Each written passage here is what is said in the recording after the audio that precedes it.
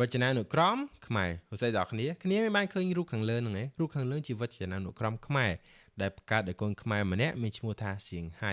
ហ្នឹងហើយវចនានុក្រមហ្នឹងបច្ចុប្បន្នគឺមានមុខងារមួយលយមែនតើគឺការឧបត្ថម្ភនៅពាក្យ business idea នេះគឺថ្មីមែនតើហើយតម្លៃក្នុងការឧបត្ថម្ភពាក្យហ្នឹងត្រឹមតែ$0.99ប៉ុណ្ណោះហ្នឹងហើយប្រហែលជា$1ទេហើយខ្ញុំបានឧបត្ថម្ភពាក្យមួយគឺពាក្យថាម្ដាយបើសិនគ្នាទៅ search នៅក្នុង website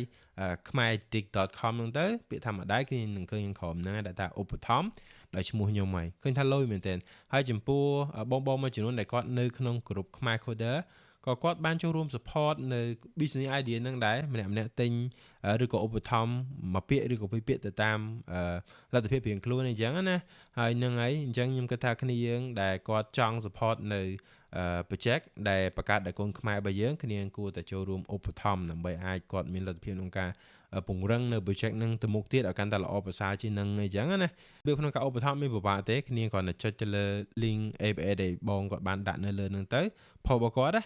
click pay ទៅហើយនៅពេលយើង pay ហើយយើងនឹងទទួលបាននៅ PDF មួយដែលយើងបាន pay ហើយអញ្ចឹងណាហើយការ pay ហ្នឹងគឺយើង pay ចំនួនដែលគាត់បានកំណត់ហ្នឹងទៅហើយយើងភ្ជាប់នៅក្នុង remark ហ្នឹងដាក់ថាយើងអូនឬក៏ឧបត្ថម្ភទៅលើពាក្យអី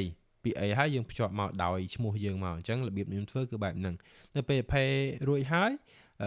យើងនឹងអាចទទួលបាន PDF មួយហើយជាការស្រេចហើយអញ្ចឹងនៅពេលដែលគាត់ឃើញគាត់នឹង update ឲ្យយើងហើយអញ្ចឹងអាចថា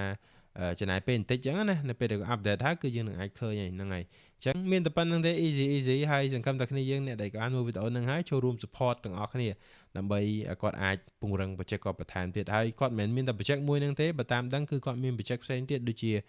khmerspeak.com ជា AI មួយដែលជួយបំលែងពីអក្សរមកជាសំឡេងដែលយើងអាចសរសេរជាអក្សរខ្មែរជា PDF ទៅហើយយើងអាច upload ទៅ AI ហ្នឹងនឹងធ្វើការ convert ជាពីអក្សរហ្នឹងមកជាសំឡេងជាភាសាខ្មែរយើងអញ្ចឹងគឺថាលយមែនទែនចំពោះបងប្អូនដែលគាត់ចង់